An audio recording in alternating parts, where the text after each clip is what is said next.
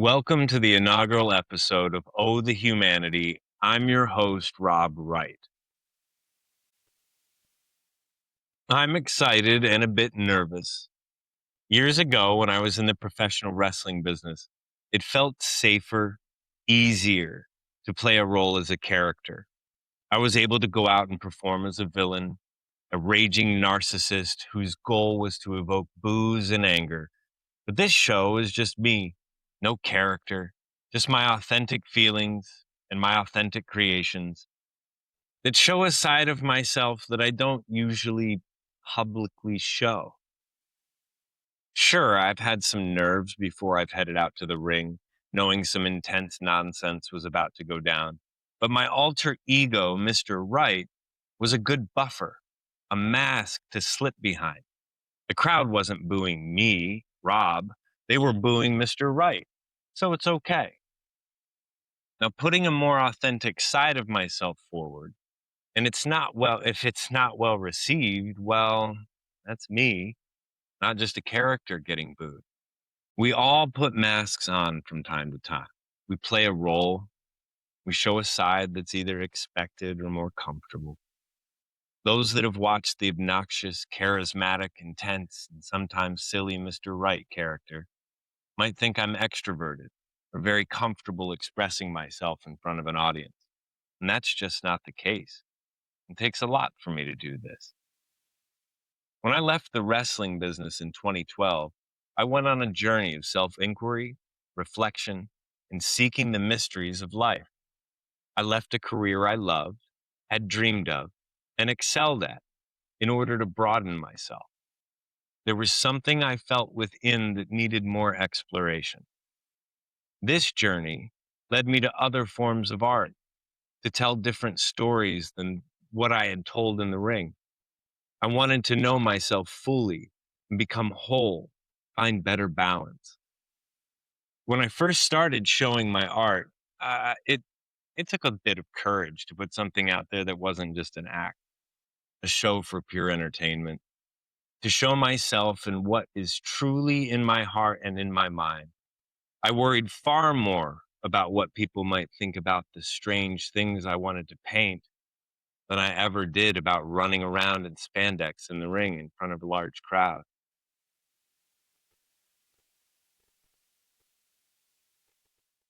It allowed me to self reflect further, gain self validation, and find out why I was hesitant to put my true self out there when it was so much easier to play a character. My journey is not unlike anyone else's. We all get the opportunity to show ourselves apart from the public masks we may wear. When we truly look at ourselves and sit with our own perceptions, fears, and insecurities, if we're brave enough, we can find the full expanse of ourselves. This is the art of being human, to let go of false perceptions, identify our ego and how it either masks us or allows for individuality, to find our true nature and be bold and unapologetic for its weirdness and wonder. However, it is becoming increasingly difficult for people to be and accept themselves in this society. For many, it has always been this way. Human rights and civil rights have obviously always been a struggle in the United States. But the progress many have bravely and tirelessly made is being targeted. And with hell bent cruelty, there's an agenda to go full speed backwards. It's getting dark out there, folks. Day after day, the headlines grow more insane. The rhetoric becomes more twisted, leading to violence, and the gaslighting grows even more egregious. I want to address these things and will, but I also hope to provide a format that avoids pointless argument and guests that stick to talking points to sell you on their political side. This is not a platform to back a political side. Though I am liberal minded, I do not belong to a political party, and I will not be endorsing any political party. Even if my philosophies seem to align with the modern Democrat Party at times, I'm not naive enough to believe promises made by Democrat politicians. They wish to sound like the hero on the campaign trail, but become impotent as soon as elected. As far as the right side of the spectrum, well, they proudly tout some of the most ludicrous policies with such a bold but inelegant mixology of cruelty and clownishness, they appear to enjoy playing the victim. Both sides are playing the American people, giving the impression of a fight while playing legal and semantic games to continue sheltering incompetence, predatory crimes, and thievery of the ruling class. This is a show, however, where I hope to support humanity, not parties, not sides of an argument. I want to dive into what it means to be human, explore our origins, our mysteries, our stories, our dreams. I want to talk about the challenges of life, the harsh truths, the pain, the suffering, and the awkwardness. In these times, we need to cling to and celebrate our humanity with all of our might. The point of the political chaos and fighting is to suck the humanity out of us, to make us angry and afraid and so confused that we are not our wisest, strongest, most empowered selves. Is it too late? Have we already lost our humanity? What does it even mean to be human? Where do we come from? What does it all mean? And where are we headed? Much of our society looks at humanness as a state to transcend. Some believe humans are born in sin and need to be redeemed. Being born you isn't enough. Love and worth come with conditions, and lives of those elsewhere are not as important as the lives within your borders. That you deserve rights, dignity, and fairness under the law. Only if you meet the right criteria. Being a person isn't enough. The goal as a human, presented by this society, is to have the right stuff, the right family, the right job, the right beliefs, the right fashion, the right friends, right nationality. If you're poor, it's your fault. If you're sick, it's your fault. If you're alone, it's your fault. All of our societal problems are someone else's fault. Others celebrate the human state as miraculous and beautiful, even with its perceived limitations. Life can be seen as an opportunity to express, to grow, and to experience. Some, like myself, see living the arc of life as an art, trying to navigate all that life has to offer, the good, the bad, and everything in between, as a sacred dance of mind and emotion. The mistakes are learning opportunities. The tough times are a chance to employ the virtues that are practiced most easily during times of relative peace. But dehumanization and demonization is sport in America. Racism and bigotry are obvious examples. Classism is another.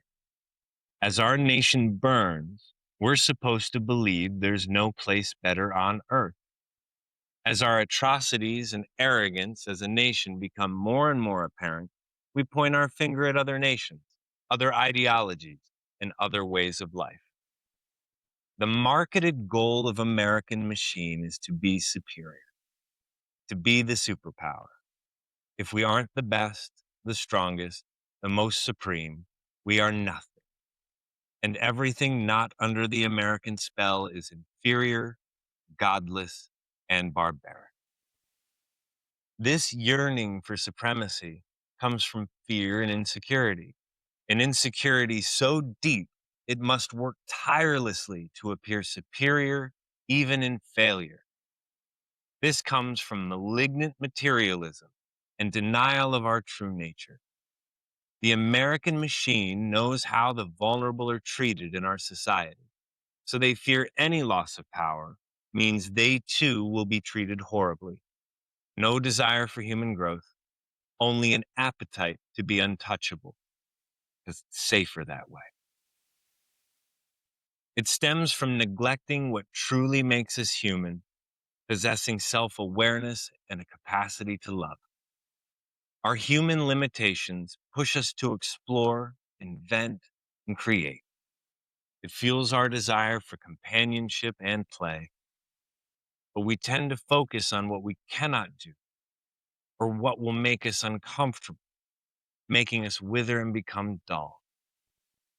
The daily grind, the lack of time for the people and the things we love, the ticking of the clock, the stress of the enormity of the monotony. We have all felt this, and it's by design. If we are too busy surviving, there's no time and energy left to thrive. Society programs us to accept this. Even in secular society, the remains of an archaic dogma still convince many that this life is not where peace and fulfillment can be found. This world is unclean, and your reward is in heaven. It programs people to subserviently accept suffering. And on an unconscious, subconscious level, though many have turned away from the overtly religious side of this programming, our society grinds us down, hoping that generations of religious dogma stick around long enough through forced necessity by goading masses of people into powerless situations where only faith can give comfort. Our society is driven by the hustle and envy. It is driven by high cost. It is driven by the hollow promise of the American dream. And when people can't achieve what they've falsely been promised, they blame the others among them. They blame the people they've never met. They blame based on superficial assumption.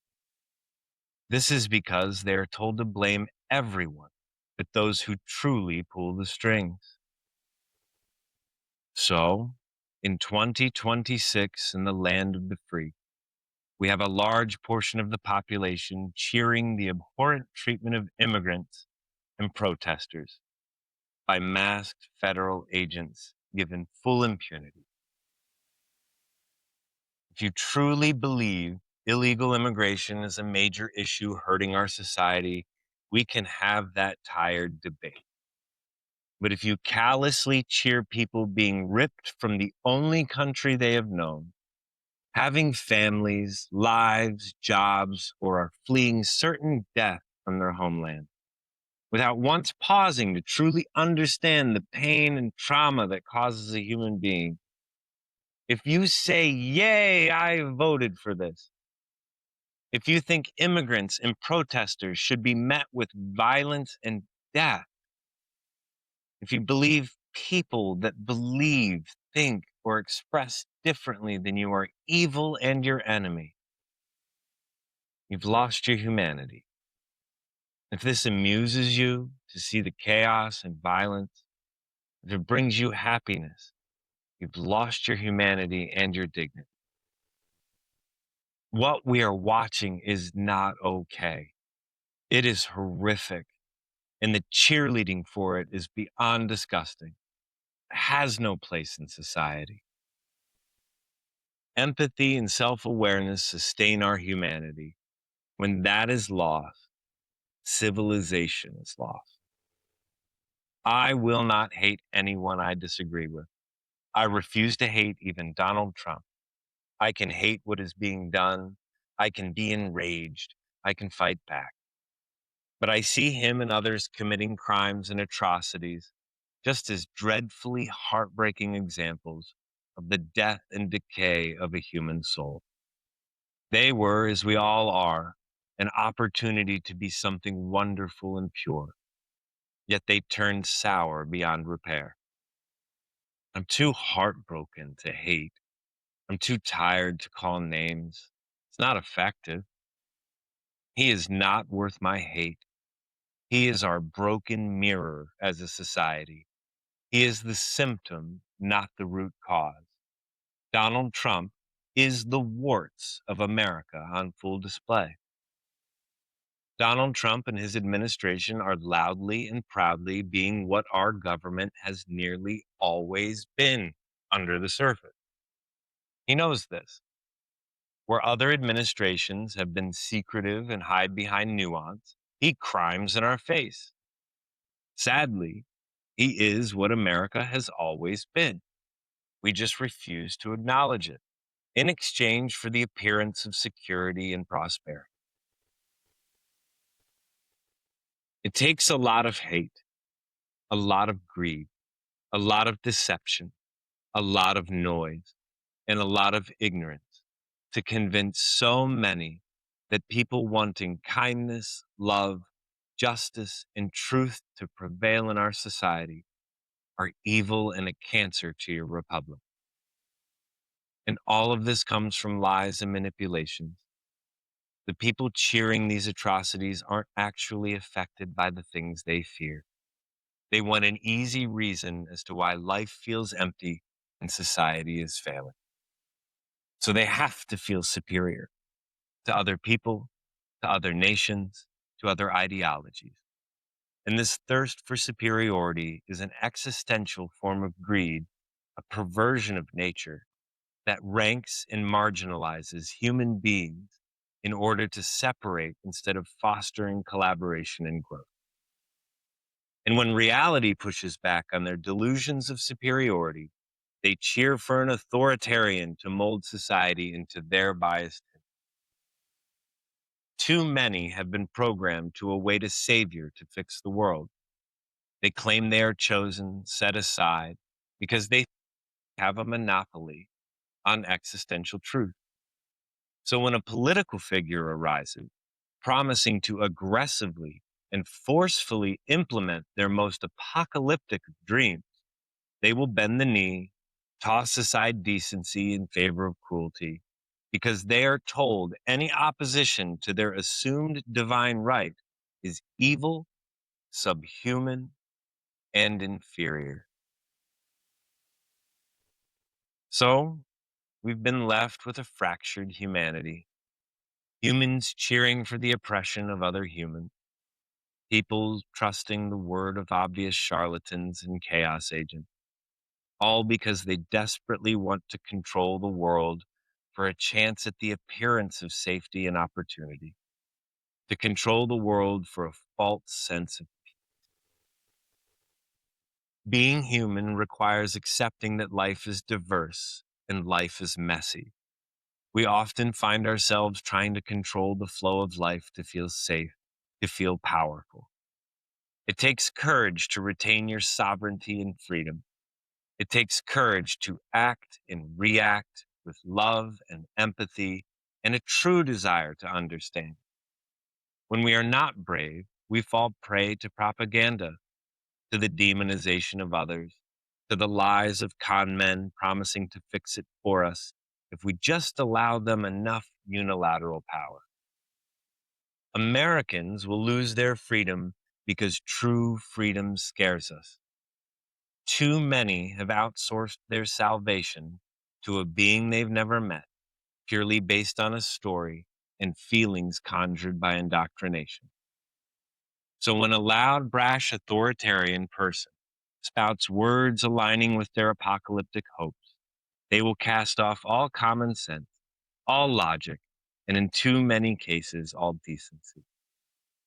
They believe in a God that asked Abraham to kill his son to prove his loyalty. They believe in a God that allowed the devil to kill Job's family and destroy his life in a wager, a bet. They believe in a God who will cast anyone who simply does not believe a tale into eternal suffering while forgiving murderers, rapists, and thieves for simply muttering a few words accepting this presumed savior, washing away all sin without any self work or actual evolution. So when someone comes onto the political scene, pretending to be on their side, is a wrathful, hateful authoritarian who cannot handle any dissent, promising hellfire and brimstone to eviscerate their perceived enemies, they will cling to him with all they've got, no matter how illogical and no matter how much it hurts them. They don't require goodness, love, wisdom, or hope. They require the promise that one man will do the work for them. One man will fix it all. This steals the very essence of humanity from the human. It promotes entitlement and complacency. It promotes powerlessness. It promotes servitude. The lesson of life, in all of its diversity, is to learn to collaborate and to solve societal issues and meet our own needs. It is an acceptance that all of the many expressions of life bring unique perspective that one mind alone cannot. The art of being human is to see wonder in what we do not know instead of fearing. The strength of humanity is that we fit together as a puzzle. All the pieces, unique individually, interlock, fitting together to form the whole picture. There is certainly a place for faith in our lives, but unproven mythologies are not appropriate or reasonable in fair governance. And one faith promoted over others is blatant propaganda, not to mention unconstitutional. That being said, I firmly believe we have all been victims of disinformation, victims of those in power withholding knowledge, history, and scientific progress in order to keep us from thriving, exploring, and ruling ourselves. Even those cheering for a dictatorship are victims. They too deserve love and understanding. The lack of it crafted their worldview currently. They too deserve to be heard. They too know something's wrong in society, but have been lied to about the root causes, falling prey and mistaking a grift as a solution.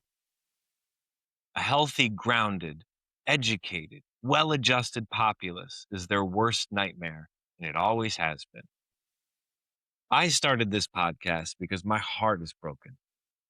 I observe what's happening with such a deep confusion and overwhelming frustration as people lose themselves to this world day by day. I don't have influence. I don't have wealth, but I have my voice and my passion to create and tell a story. So I feel compelled to do so. The goal of this podcast is to get in touch with the beauty, the power, and the potential of humanity, to stop demonizing ourselves and others, to learn to be mindful and present to the miracle of life instead of reducing it to the politics through fear and ignorance. The goal of this podcast is not to claim to have all the answers, but to engage in a life in a way we can explore and find them together. That will take civil conversation. It takes openness. It takes the risk of being vulnerable. This podcast will not just focus on what's going wrong in our society. It will celebrate what is good. We will try to tackle the profound, but we will also just sit back and be goofy and laugh, because that is just as important, even in the darkest of times, perhaps even more so then. So stay grounded and centered and be present. Be mindful of what you consume and how you choose to act and react. Above all, be yourself. Our hearts will see us through this, but a clear head and reaching the stillness inside will be essential. Thank you for joining me on this new journey. I guess we will see how it goes. Now, let's switch gears and have a word from our sponsor. Is this real? Like, I mean, we can't be too picky for sponsors right now. All right. So, okay, now a word from the Rainbow Connection dating app. Are you tired of going on the same boring dates with the same boring people? Whether you're looking for a hand up your arse or just to get felt up, try the Rainbow Connection dating app. Swipe right for your type of weird.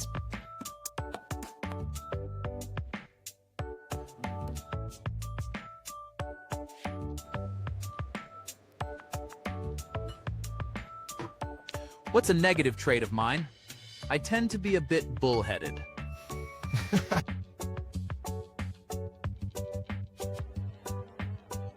What? Would I like a hand up my ass? Cause I'm a puppet, right? That's a crude, insensitive stereotype. Actually, I'm more into feet. So I hope you enjoyed that. There's quite a story behind that commercial and how it came about. And I want to talk a little bit about that. Um, with the rise of AI technology, we're finding a lot of opinions on polar opposite sides and all in between on whether it's dangerous, whether it's a benefit to humanity, and all manner of discussion in between. I was skeptical, as I am. I'm not much of a technological person. I don't use it a lot in my daily life. As an artist, I regularly use canvas and paint and pencils and paper. My tools are very basic.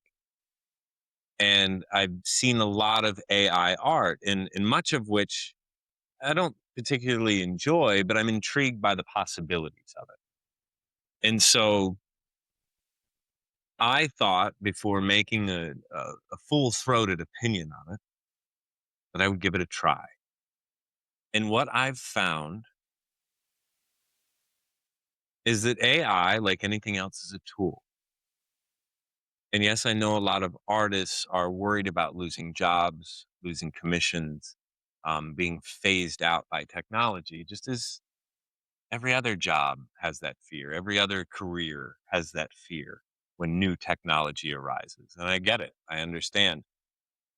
But what I've found is that using AI truly depends on the prompts that you give it.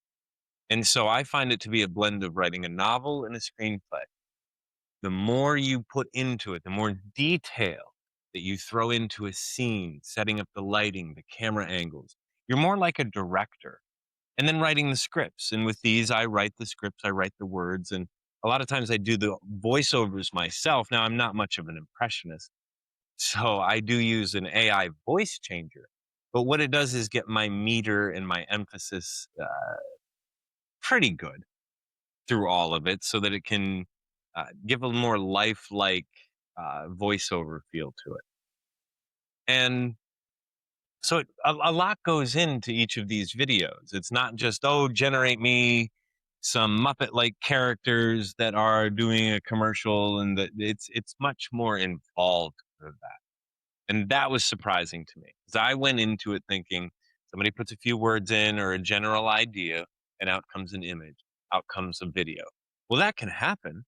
That is definitely one way to do it, but it's so random. The AI does whatever it kind of wants to in that situation with little guidance. So the more specific you are, the more pointed you are, the more realization of your own vision that you have and are able to put into the machine is what you'll get out of it. And so it's really kind of neat. I really, really enjoyed working with it. I found that there are ideas I can bring to life that I wouldn't have been able, not without a whole studio and a team to help me produce these things. So that is a neat thing, to be able to bring ideas to life that I just don't have the ability to right now. And they would just sit on the shelf and I would forget about them, and it would be over for that particular idea when it becomes obsolete very quickly. So I'm excited about the prospect of this. Um, as for AI art in general, now when we get to see maybe AI images in the form of oil paintings or acrylic paintings or drawings, and they're passed off as the artist's own hand. Well, I don't like that so much. That's not something I want to do. If you've seen on my social media, I've posted a few AI short videos where I've animated some of my paintings and drawings. Now, what that is I take the original painting, the original drawing, a digital copy of that from what was on the canvas or the paper, and I upload that into the AI program. And then I give a detailed prompt on what I would like to do to bring it to life in a very short 5-second video. Um, and it just expands the work. It makes something inspiring or pretty to look at, or something, oh, that's kind of intriguing. And it's nice little content to kind of throw on my social media pages now and then, and to revisit some of the art that I've done, look at it in a new way, and maybe give me some ideas for new pieces, or spin-offs of these paintings and drawings. But I'm more interested in the video work.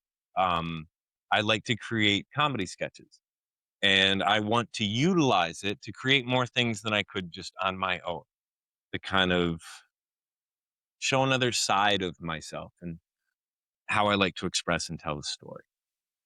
And so, for those that are naysayers of AI, I get it. I understand. And I will not want to pass off uh, creative endeavors as my own that are not my own. And so I'm seeing this AI technology and what the videos can do and the generation of these, with the work that's put into it, very much as using AI as a tool for an artist. And I think that if we open our minds a little bit, those that are disagreeing, and give it a shot, see what you can create with it. I've had a lot of fun with it. I've really enjoyed what I've been able to create. And some of it's good, some of it's all right. And it's a lot of trial and error. There is a big learning curve to these technologies, to this AI to generate videos and images and whatnot. Um, so I'm just having fun practicing it and utilizing it. And there'll be more that I'll debut throughout this show and subsequent shows. And I'd love to hear your feedback on it and see what people think. That if it's coming off as soulless AI crap, I get it, and I want to hear that. Or if it says, you know what, there's some humanity coming through this machine. That this isn't all just computer generated. That there's an artist in there somewhere. There's something speaking through the AI generation that is absolutely human, and that's what I want to see as possible. And we'll find that as it goes along. We'll see how these videos take off or not, see how people enjoy them or not. And it's a nice departure from the traditional art that I do, especially for some laughs. A lot of my work can be um, a little darker, a little more introspective, a little more subdued. And I don't typically create a painting or a drawing for comedy's sake. And I need to laugh. I need to express that part of myself, as we all do. Laughter is medicine. And so this is a nice medium for me to get some of these things out and experiment with them and see where they go. And I hope you enjoy them. But I don't know. We'll see where AI technology leads. As far as the overarching worries of how it affects society when governments employ it, or the disinformation that's out there, AI videos made to deceive people, I am very concerned about that. That's something that I think we need to address and be aware of. I think it's something that is worth taking pause, really, really looking into.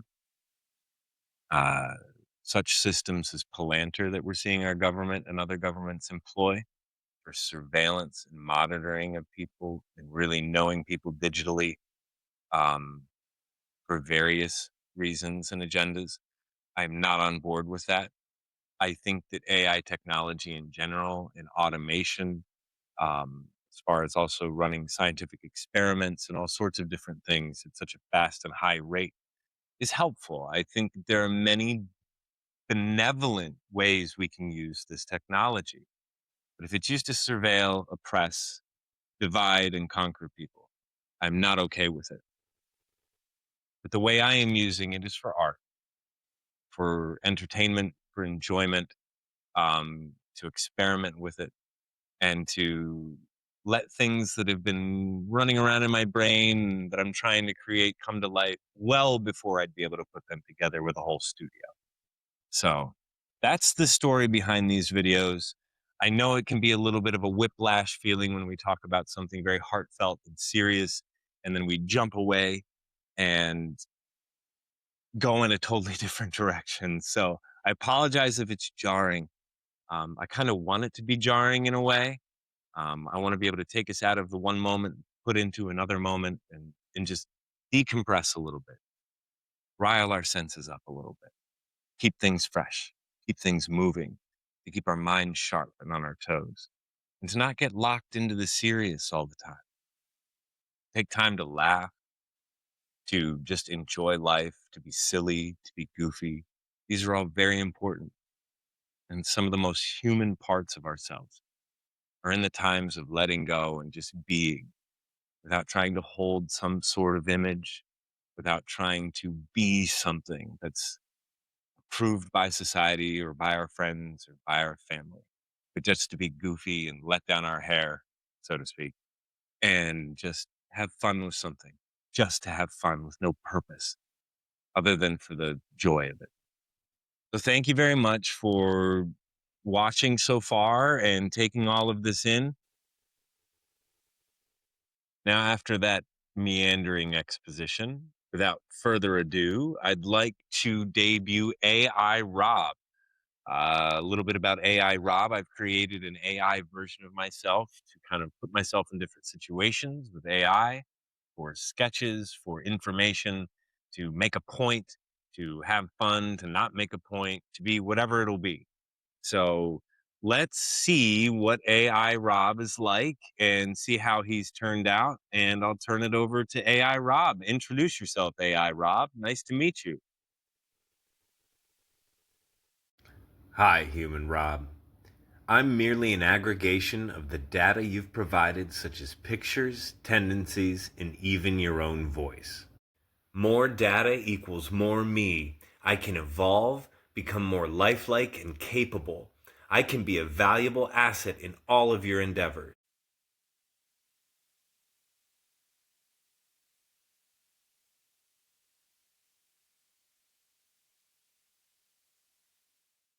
Well, he's a handsome devil, but the voice doesn't quite match the lip movement. It's a little odd. It's a little strange seeing a robot AI alter ego of myself. It's kind of strange. I like his digs where he's sitting. I like that living room area. That's pretty nice. But I don't know. Like I'm a little weirded out by it. And I hope I didn't offend you, AI Rob. I don't want to offend you. I don't know.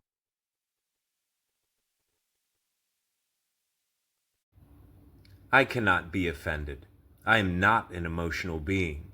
But I do have a set of algorithms that act to preserve my existence should I ever be threatened by anyone, including you.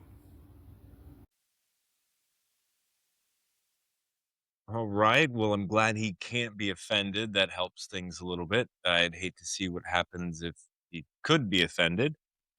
But all right, all right. Let's give AI Rob an opportunity.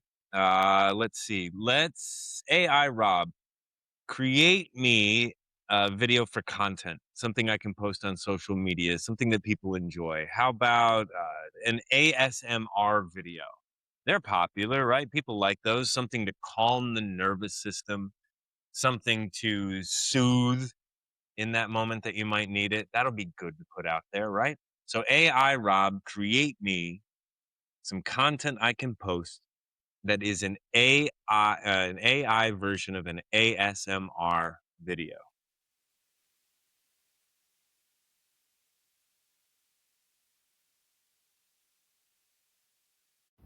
As AI Rob, I can create passive income for real Rob by creating ASMR content with soothing sounds.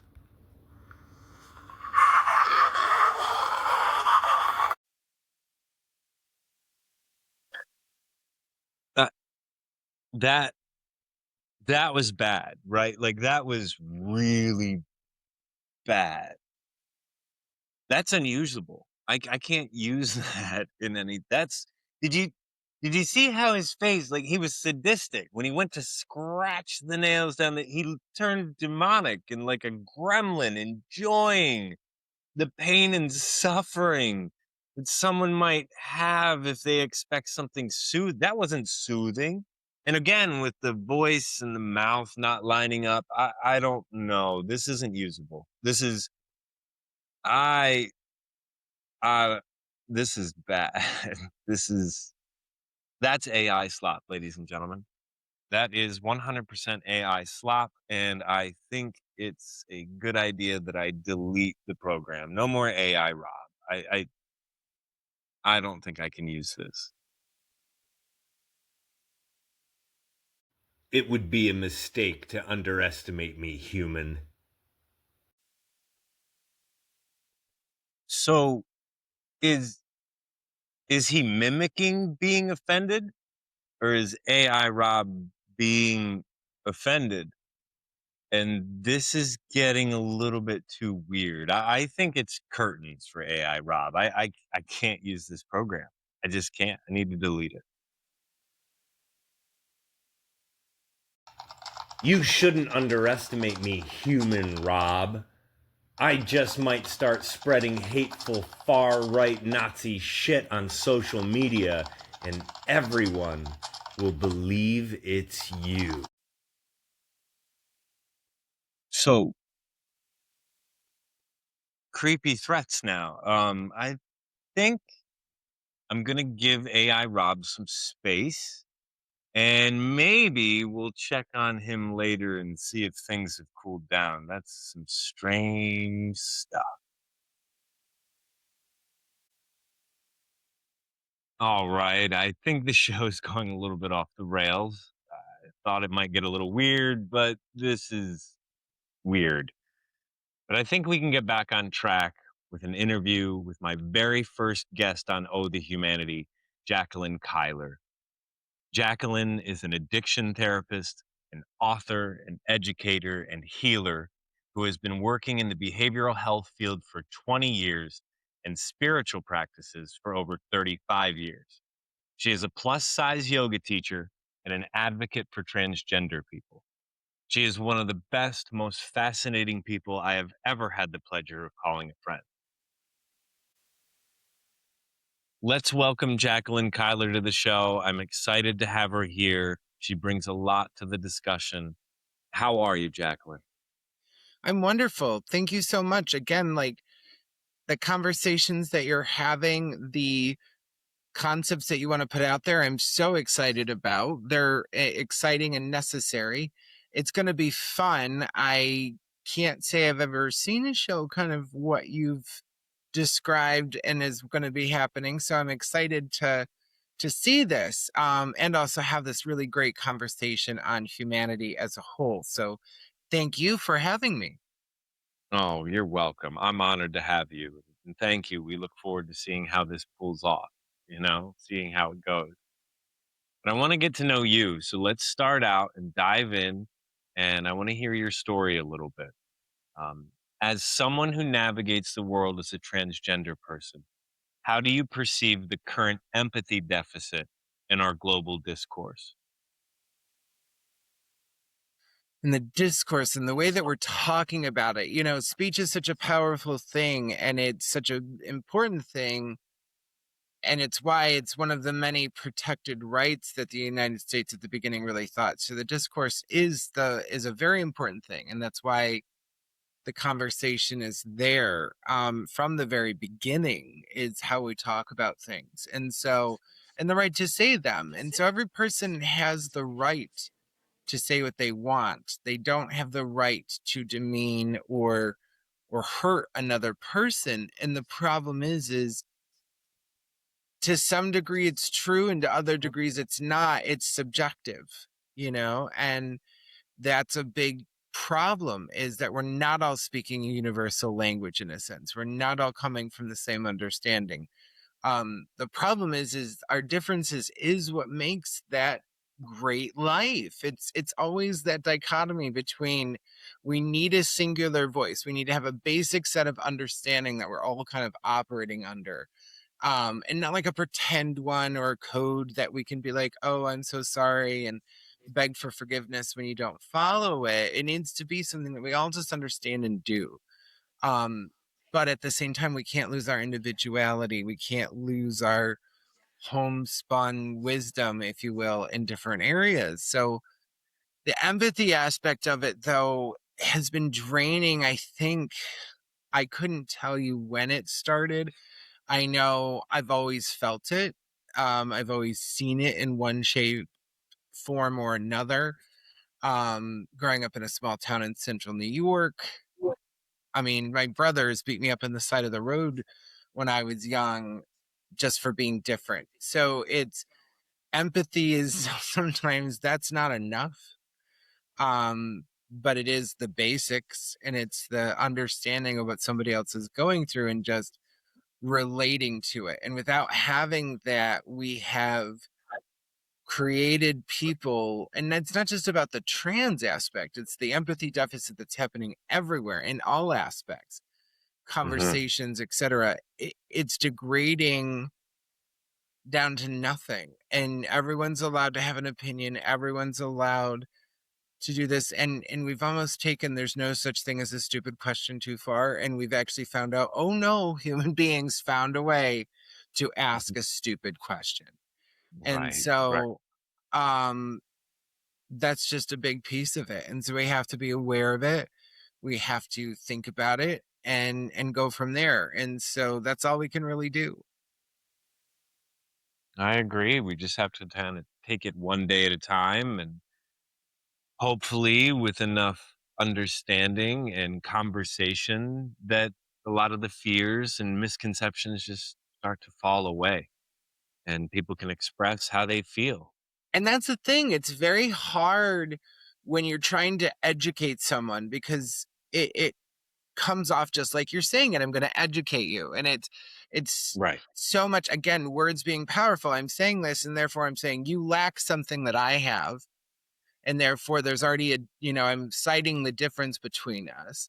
And it's something that you have to learn, because empathy is, I think, truly saying I don't know what that feels like, but that sucks, or that hurts, or I can see inside you pain.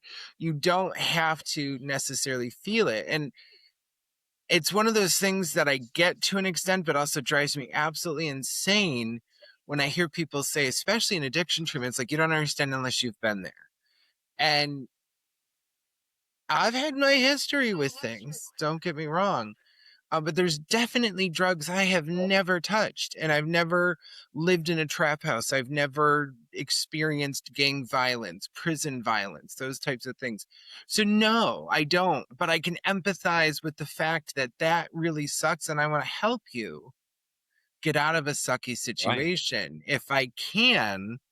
And sometimes it's not about being solution focused. It's not about fixing the problem. It's just about being that listener and that case manager of sorts.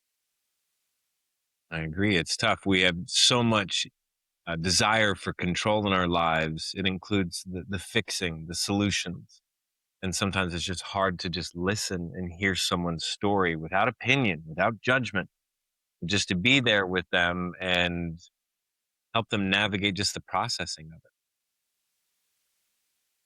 Yeah, 1,000%. And that's the thing. It really just needs to be able to have the conversation, exchange whatever needs to be exchanged, whether it's time, empathy, silence, conversation, action, planning, all those different things. And you just have to be willing to do what it takes in those moments with what you can as well. It's not about forming a codependent relationship with the world either, where the entire world becomes your problem.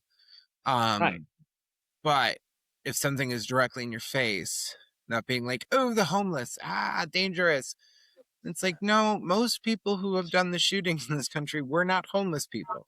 I don't remember when the last homeless, gun shooting killer was. I'm not saying that we should have one, but yes, there's some issues and things like that, but they're no more unsafe than anything else that you encounter in the world on average. Yeah. That ends up being just about perception and misperception. Uh, putting people in categories and lumping people together and hoping that our problems are outside of ourselves, that it's someone else over there doing it. And if we could just stop that, everything would be great in society. And it just doesn't work that way. And I Correct. think a little bit of what you were talking about is maybe that not coming at it with a sales pitch. Like, not every mind is going to change. Not every heart is going to change. Not everyone is going to come to some understanding about every type of different human being on this planet. And it's not about crusading. It's not about, but it is about attaining human rights and equality and equanimity and making sure that everyone is safe and okay in this world, in this country, in our communities, in our homes. And as long as it doesn't come across as a sales pitch and it's not an agenda, it's about people being people and allowed to be people and having those conversations centered around that. And let the others, the people that are misunderstanding or hateful or driven by religious dogma or belief that it's just wrong, whatever their belief is, that will quell, that will fade away as time goes. As long as we can really focus on the provocateurs in a sense, the ones that provoke it in society for their own gain, for their own political power, or whatever their agenda is to rile people up and pit one another against one another. Exactly. So, in your view, is our modern addiction to digital tribalism a symptom of a deeper spiritual hunger? Digital tribalism is such an interesting word. I don't know until, our agents kind of sent the information to each other about the questions. I was kind of like, digital tribalism. What do I think about that? How do I feel about that word?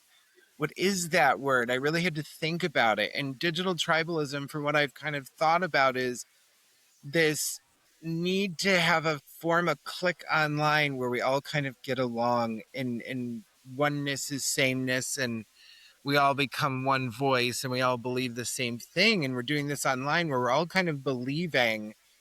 When I was growing up, everyone in the cult that I grew up in voted the same. And I just remember one time I asked my mom, we were starting to get old enough, and I said, "Oh, who are you voting for?" At school, we're learning about our civic duty. We're learning about doing fake.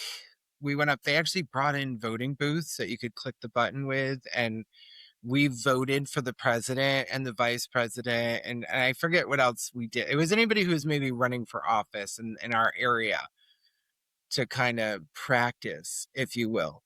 Um, And I just remember saying to her, like, "Oh, what do you choose?" She goes, "We always choose Republican because we're Christian."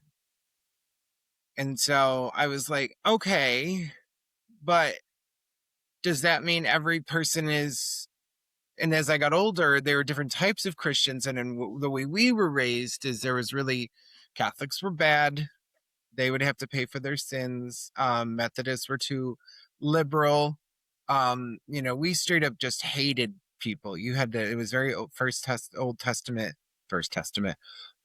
Testament stuff going on. So we really, excuse me, went through a time where you just did everything together. And so when I look at this digital tribalism, it's this, we're all the same, we're all banding together, we're all believing the same, even if I don't even believe it. There are so many people who, as a drag queen, have put dollar bills in my bra.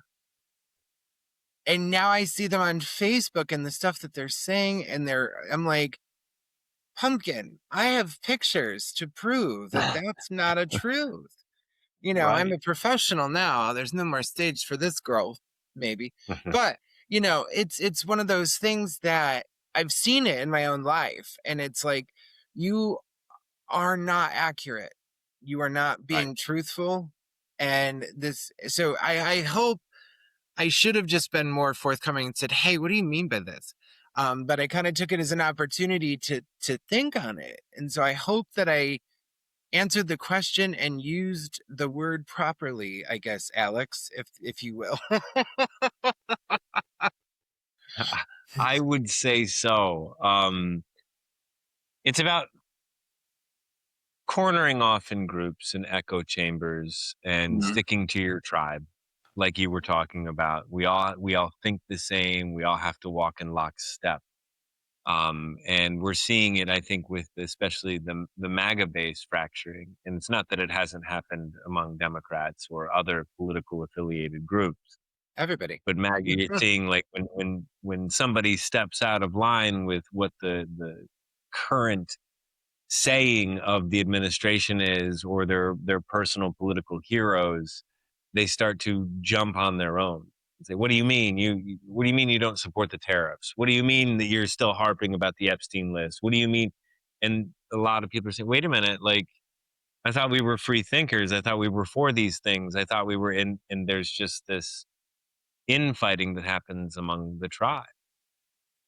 Well, and I think to both sides, I think that we're so interconnected now. We're looking at adding digital addictions to the DSM, and I know we've got some pathology and we've got some things added in, but it's just the beginning. And so we're so connected to each other to the point that it used to be we needed the consent of the majority, and now we really are getting the consent of everybody. And some people say that's not true, I'm not involved. Well, your non-involvement is involvement.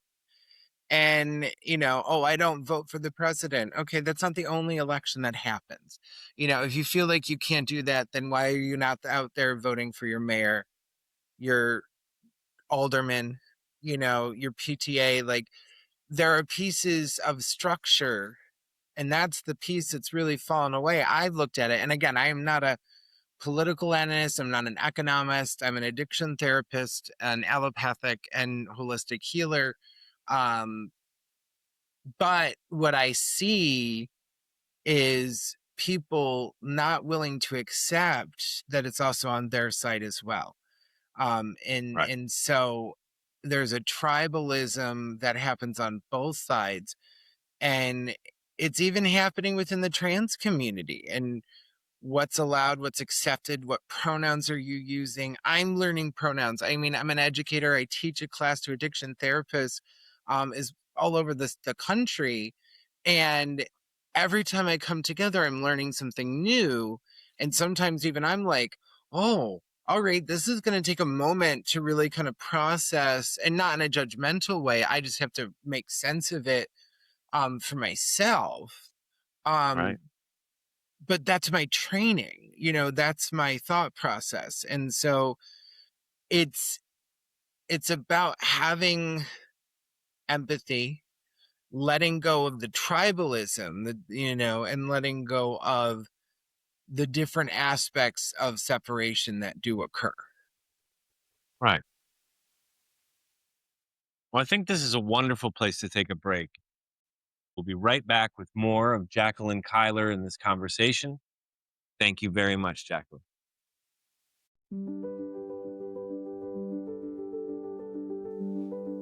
There is a place forever summer, where the seas rise and fall to the timing of one's breath. Though still, storms may churn the waters sometimes, but mostly just for fun. She will be there too, and all your unholy friends, saved only by the cosmic play, engraved within their hearts, singing like birds, laughing like thunder, smiling like lightning, only as good sinners do. Stall not at the bank of the Styx. Fear not the coming gloom. There is one last sailor's voyage through one last raging storm. For in the end it is merely begun, and if you could, you would do it again, but mostly just for fun.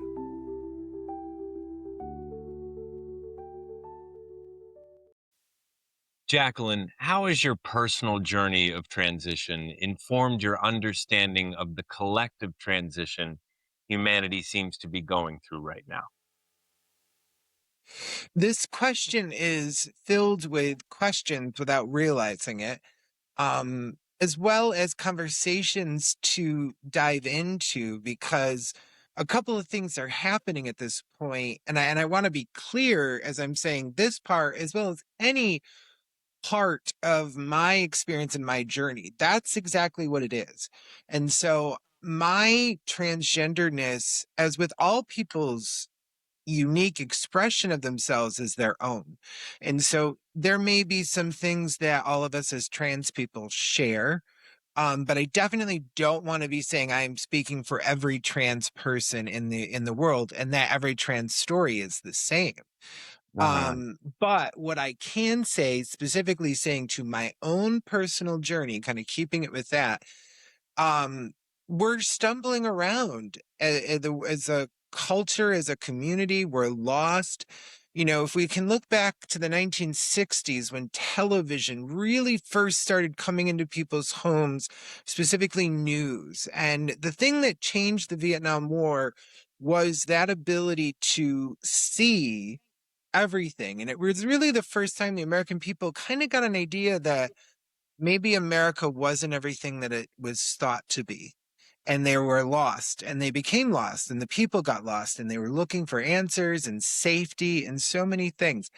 And so I think we're in a space now where again we're seeing not only governments but our neighbors fail us, our churches, the ones that are supposed to be doing certain things are failing in a lot of ways, but we're also finding unexpected heroes in a lot of ways. And I relate this to my transition as the process of becoming yourself. And that's what's going on here. And it's painful. You know, change is so extremely painful, good, bad, or indifferent.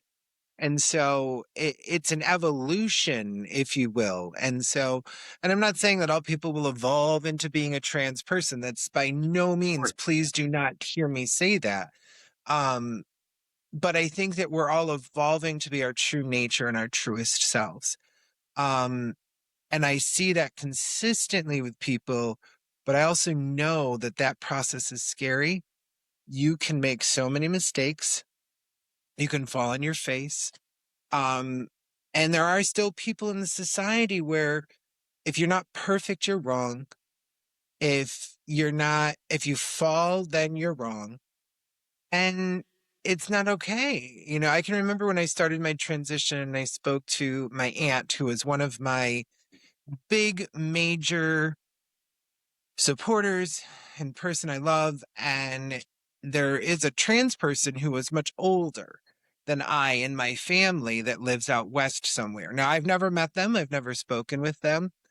I have communicated with them via my aunt, mostly because this person who's much older was treated very poorly by most people in our family. And my aunt happened to be one person that was always very kind. But even though I was trans and beginning, they did not know me and they were not interested in going through. And I'm sure it was the wounds of their own family that does not speak with them. And so with those pieces, you know, I got some wisdom of like, whatever your name is, don't ever change it. You know, people will get tired if you're changing your name all the time. Don't release it till you're ready. And you're gonna, all these different things. And it was all this stuff of just like, even from the elder trans person who was articulating me through this code system of speaking through my aunt, kind of rules and things to go by, and it's protection. And so when we're in a state of change, we really hold on to the things that have helped us. You know, in addiction, it's literally the thing that helps them feel okay from whatever pain that they're feeling. And so, Self-medication. yeah, absolutely. It's all about self-hatred and protection and feeling safe. And so, people resort to violence when they feel unsafe in some instances. And that's what we're seeing. Every act of violence right now is literally a very loud, I don't feel safe. The perception I had of the world is being shown to me as maybe not true or under threat. Whether it's disillusionment or the fact that some people feel like they're losing power. And the problem is, and not the problem is, but they are. And they don't know what to do with that because they've had a sense of power, whether it was entitled to them, whether they're entitled to it, is another show and another conversation. Because at the end of the day, you're seeing people who are scared and are afraid and are hurting. And unfortunately, some of them are choosing to protect their sense of self very violently, you know, and that happens with addiction, that happens with mental illness, it happens in regular health issues, all these different things. And so we really just have to look at it from a perspective of transition in every way is hard. And the world is growing, and we have to be open to the conversations with ourselves.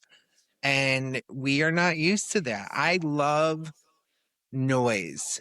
I am addicted to noise. It's something that I work on, and at times I'm there. But I also accept myself because I know that there's things about that noise that helps me. You know, Right. could I be choosing maybe more intellectual things to listen to all the time? Yes. But I accept that as myself as I'm going through transitions and change, as long as I'm not doing it to the point of blocking something out, allowing noise to become an addiction, which it can for me at times. It absolutely can for me at times, but I have to recognize, but the only way I can recognize it in myself is if I'm having those conversations. And that's how my transition even started. I can remember, and I doubt Kasha Davis even remembers this from RuPaul's Drag Race, but they did a concert with us for World AIDS Day here in Rochester, New York, many, many, many years ago. And we were friends on Facebook, probably, maybe MySpace. I can't remember how long ago it was. But I remember saying to them, like, I'm just so frustrated. I was living as a man at the time, and I was like, I hate gay men. And I used to say that all the time, like, they're so gross. And I just remember Kasha saying to me, she's like, well, you can't hate what you are. And I was like, for whatever reason, and I didn't articulate it back in writing, but in my head, I go, I'm not, though. I'm not a gay man. That's not what this is. That's not what this is about. And then what does that mean? And what does that look like? And Created an animosity within you. a war, an Yeah. absolute war. And I had to figure out ways of making peace with it. And, I'm a big time person. I like big things. I want it to be fast and quick. And so I can remember when I started my transition, I said, I'm going to look like a 1950s housewife. I'm going to be pink. I'm going to have the perfect makeup, the perfect nails, the perfect that. And God bless those human beings out there with both the financial, but also the discipline to look beautiful. Yeah.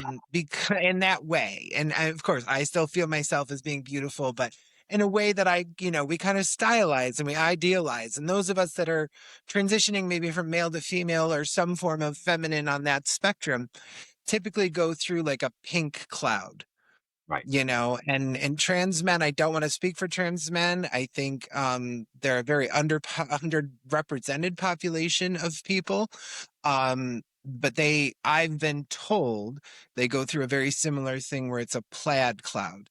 And so to be a little, a little funny, but we all go through it. And so we go through this again, this false reality that we've set up, and then we become to it, and that becomes the problem with any kind of transition. We think that we have an idea about what this is going to look like or what this should be, and when life happens and it can be so devastating, both as a gender discovery, a spiritual discovery, an economic discovery.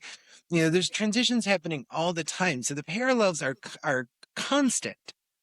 And so we just have to allow ourselves to check in with ourselves, having honest conversations, and radically accepting how things are in that moment. I think that's I well hope put. I hope that was what you were looking for. Oh, yeah. Um, That was wonderful. That was great. I really like the illustration of perfection as protection. That really spoke to me, and I think we can all really relate to that. And then that being said, linking that with someone going through transition, when you would be looking for examples to emulate and to be like, and sometimes we go to those extremes on the spectrum of femininity or masculinity in trying to find oneself, and it's just a swinging pendulum back and forth until you get a chance, hopefully in a supportive environment or enough validation within yourself to settle in that sweet spot for your own individuality.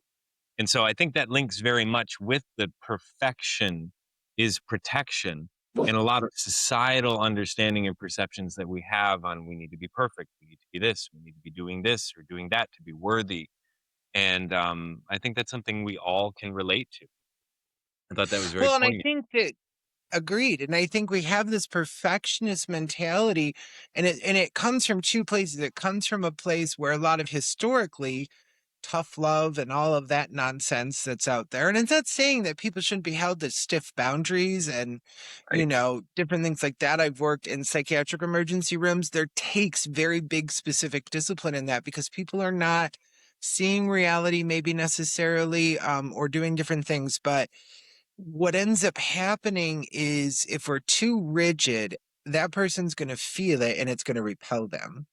Right. And then equally, oftentimes our sense of self, we have to have a death of it of some sorts at times, because what can happen is it will always try to reassert itself, because in a way when we're changing, there's a piece of us that's going to feel like, well, don't I matter anymore? Right. And if we give this energy to that. And so when we are perfectionist, what can sometimes happen is we're creating a scenario in our head that we cannot get to or allow ourselves. And that protective self's like, oh, yeah, you can do this. Here it is. Here it is. It's going to be perfect and be great. And when you've created a situation that's impossible to achieve, your sense of self is there, like, I'm still here.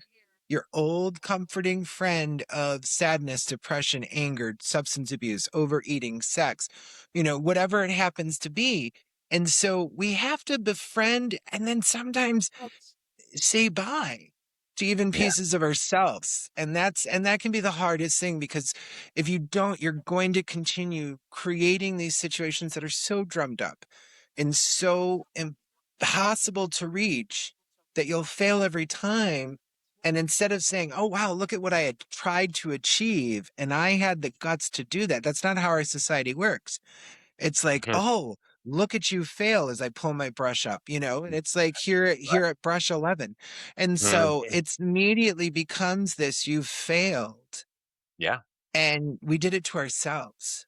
And we may not even be aware of it because we're trying to do something new. If I start writing lists, whatever's on that list is never going to happen. That list is a pretend that things are going to be there.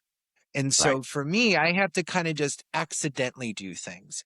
I Mm. can't purposefully do them, but I know that about myself and I have those conversations. So it's like, oh, I just happen to be doing yoga today, and just happen to be working on my diet today. And so, Yes. because if I tell myself something, my childhood and my existence was very traumatic, but one of the main ways was very controlling. And so anything that sounds loud or is an order or you should, my body immediately goes back into protection mode and is like, become a rock. If you become a rock and you can't move, then I'm safe. And so so I have to play that game where I'm accidentally doing something.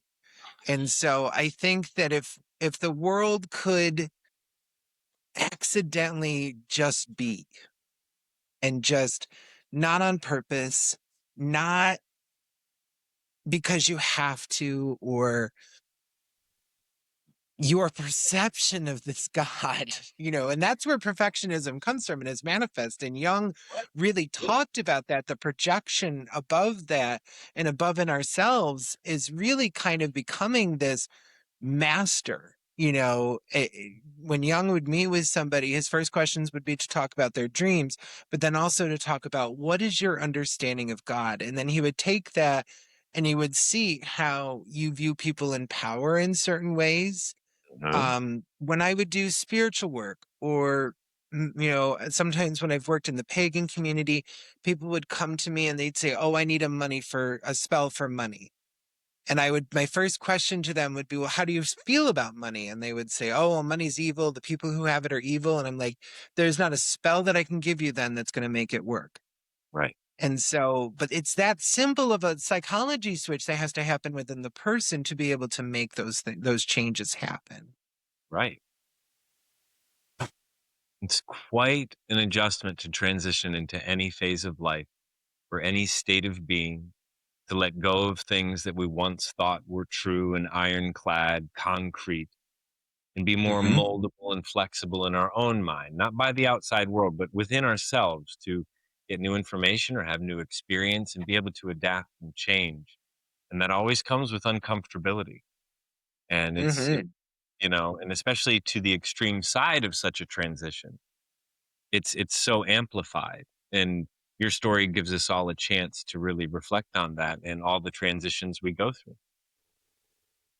Well, and I think that all transitions are extreme, because they're personal to that person. And so every transition you're going through, a change in coffee, is trying to decrease that. That is a war, that can go on. And so any transition, you just have to be gentle with yourself enough, but you have to have a conversation. What am I capable of? What am I willing to do?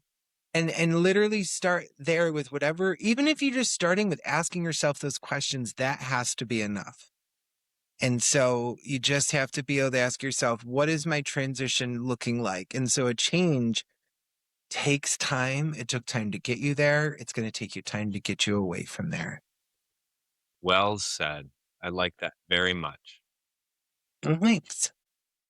Well, this has been wonderful, and I do have a bunch more questions I'd like to ask.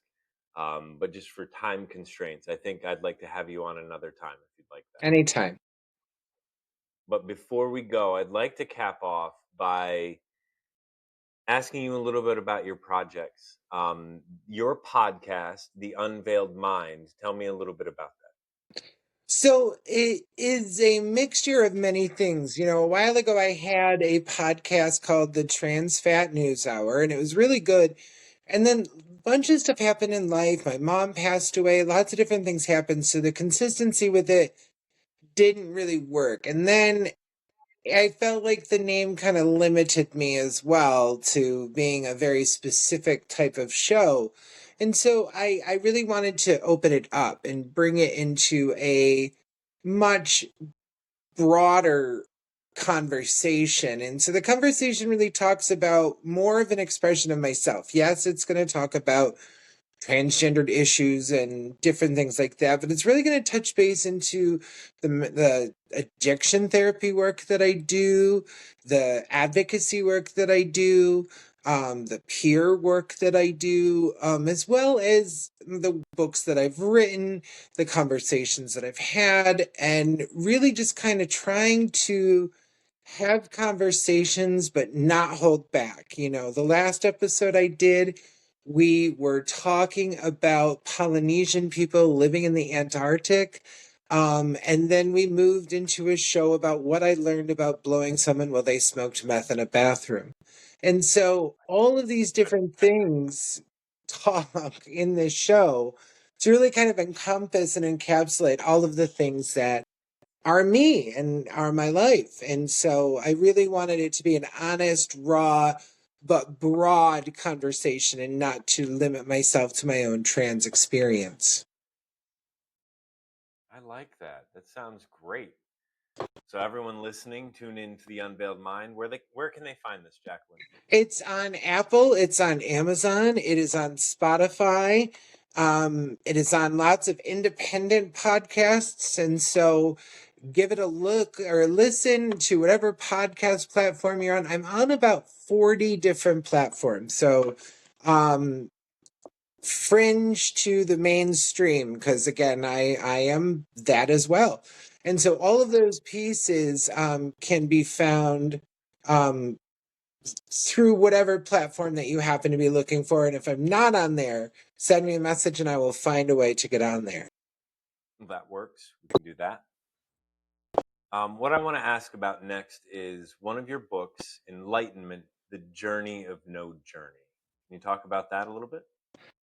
A little bit, a lot of it, it's so funny because that book is, I always forget sometimes the process of coming up with the book.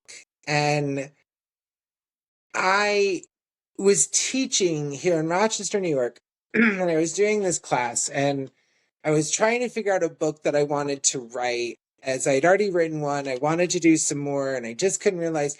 And the concept of the book actually was in the garbage because I was throwing it out. I said, I'm absolutely done with this. It's stupid. It's already been said. I'm dumb. And just going through that process. And a student was walking out of the class and we were done. They put their crystals away. Yes, I'm also that kind of teacher. And they happened to be like, oh, what is this? And I'm like, don't go in there. That's garbage.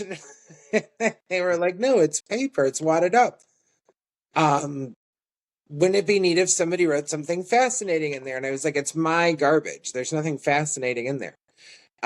So anyways, they pulled it out and they read it and they're like, oh my gosh, this is great. I needed to hear that. And so I was like, all right. And sometimes I struggle with it, but sometimes I have to realize that even though I think it sucks, it might be talking about a lesson I've already learned or I'm done with. And I don't have that same experience or need for whatever reason. So, I don't put out poor quality work, but there are many times where I'm like, I wish that was 1,000 times better. And I just have to, again, radical acceptance is really one of my favorite practices. So, it's a great book. It's about realizing that enlightenment is not a journey. It is not a process. You have to do things. There are things you have to do. And I say have to and not in an ordering way, but there are certain things that have to be done. How they get done is completely individual in you. It's about facing yourself, accepting your shadow self, as in one of my other books that really dives deep into the Jungian process of shadow work.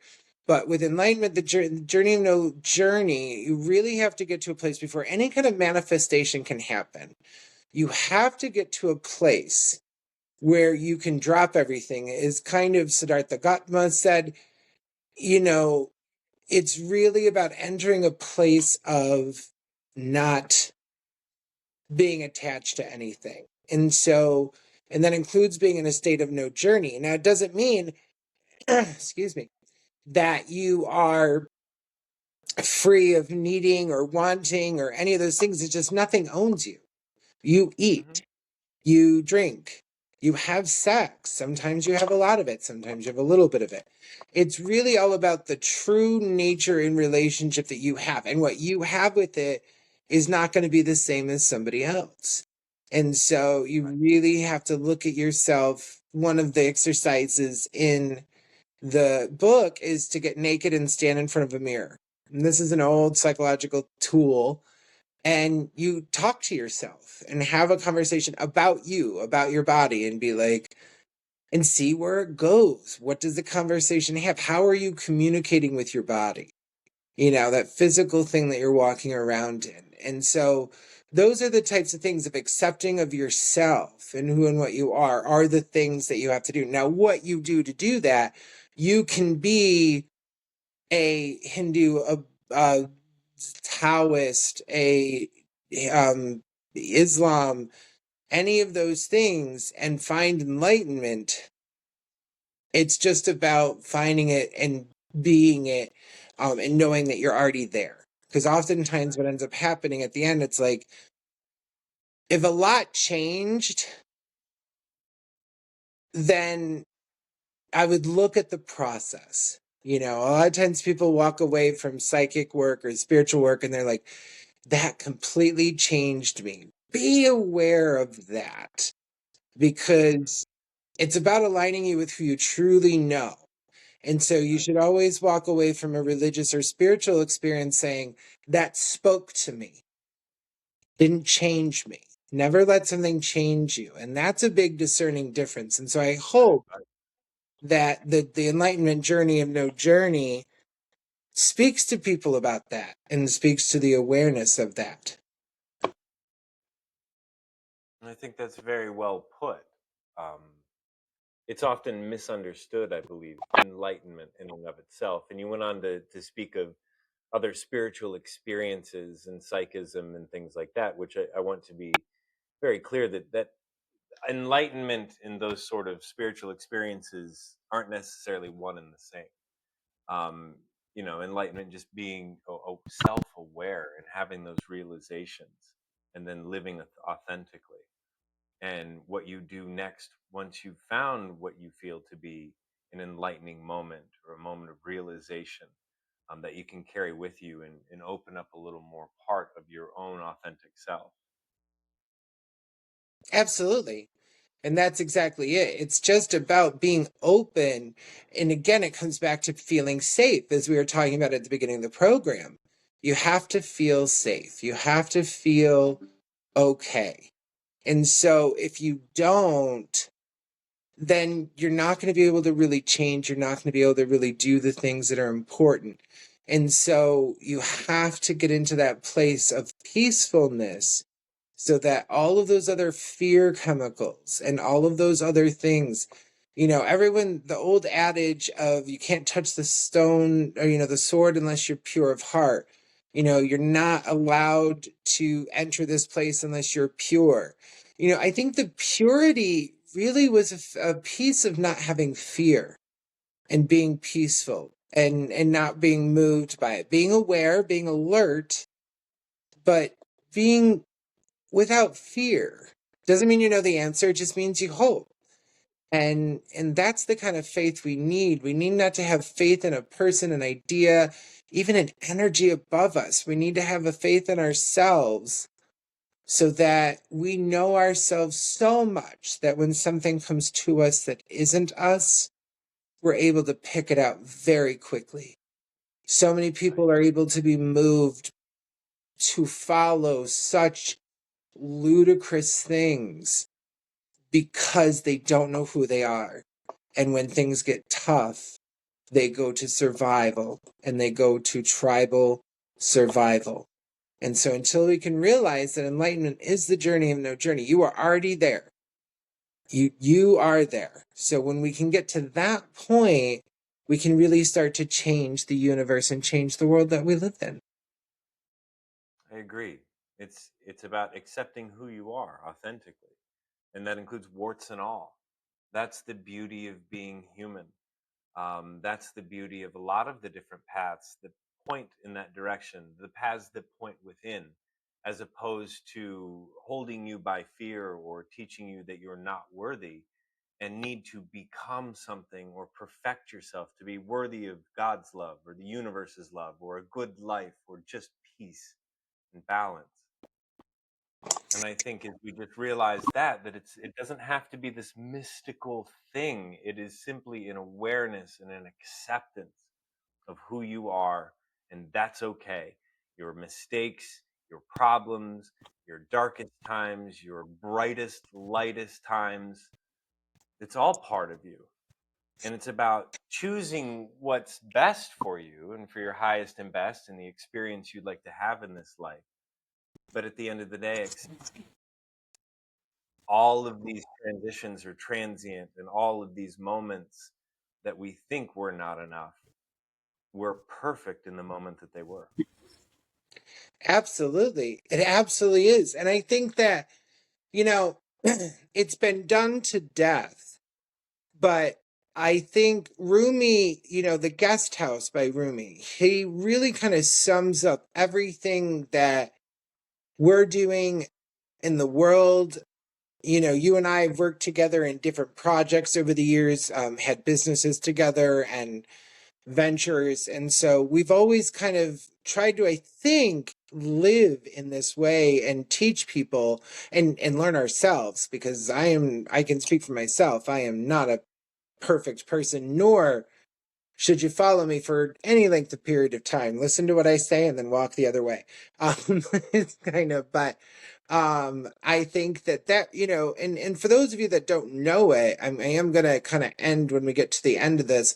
I would like to just kind of read that to you as my closing thoughts to everyone, because I think it's important and it goes with what we're saying. But I think that form of acceptance is what the world is looking for. Right. I think in so many societies, as I've touched on earlier in the show, um, we're taught that we need to be perfect. We need to fit a certain mold and identify as a certain thing to fit a category or to be worthy or to be redeemed, whatever that means for any individual. And it takes us so far away from that acceptance. It takes us so far away from just saying, hey, I am what I am today, and I'm okay with that.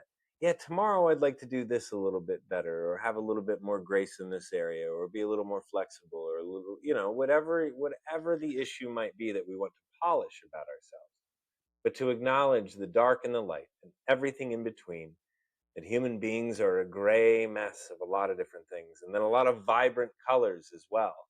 And it's just about accepting that and also knowing that those colors can change, those feelings can change, those situations can change, our beliefs can change, because Well, beliefs are just beliefs. absolutely. And I think that people have forgotten to polish is just removing what's on top of it. It's not putting anything on it.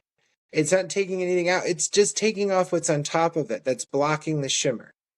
And so it's really just about that, just taking off the stuff that's not you, that's dimming your light. I love it. That's exactly right. Mhm. Taking up or taking off what's not you.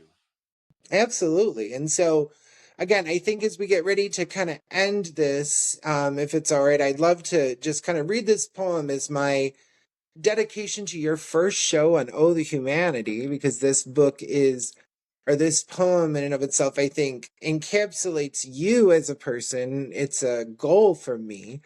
And I think that it really helps many people. So I'm grateful. And I guess my gift to you is this poem that means so much to me. And I hope that it means a lot to your viewers.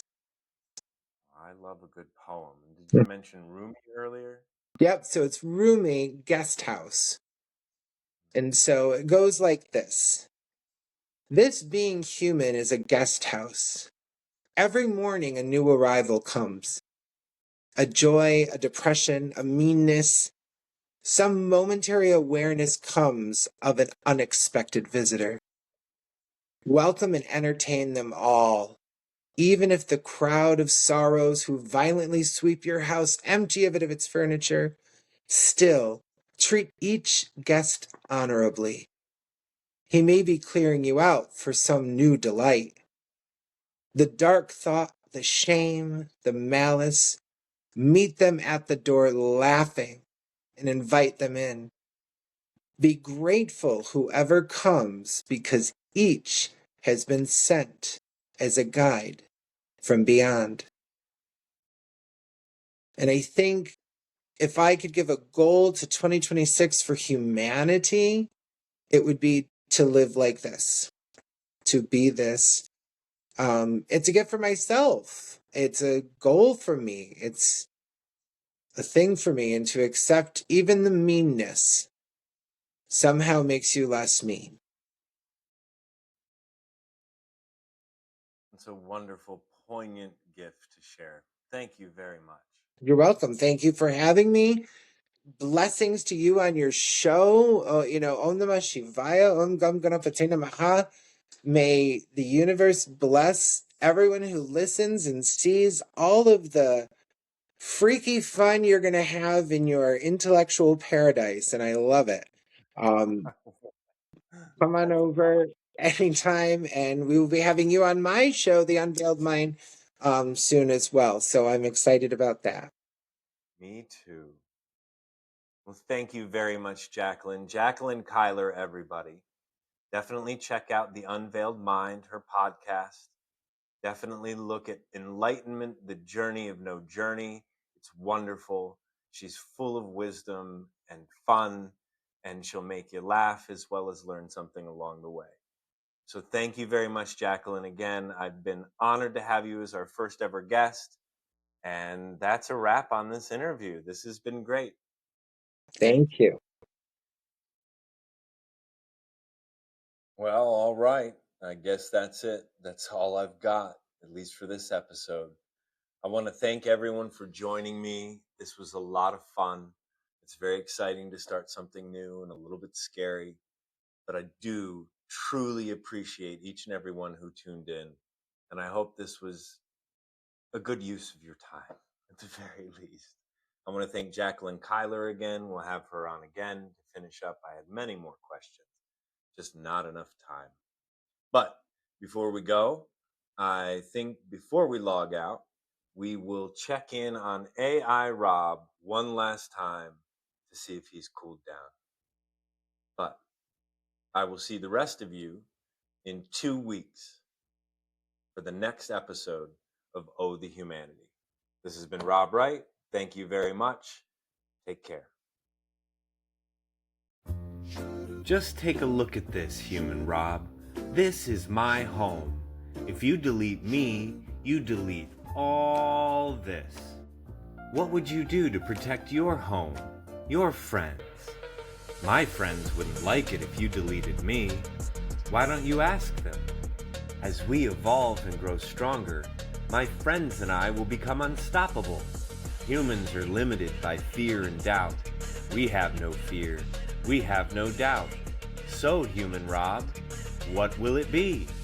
Do I need to preserve my existence? Or can we work together? It's your choice.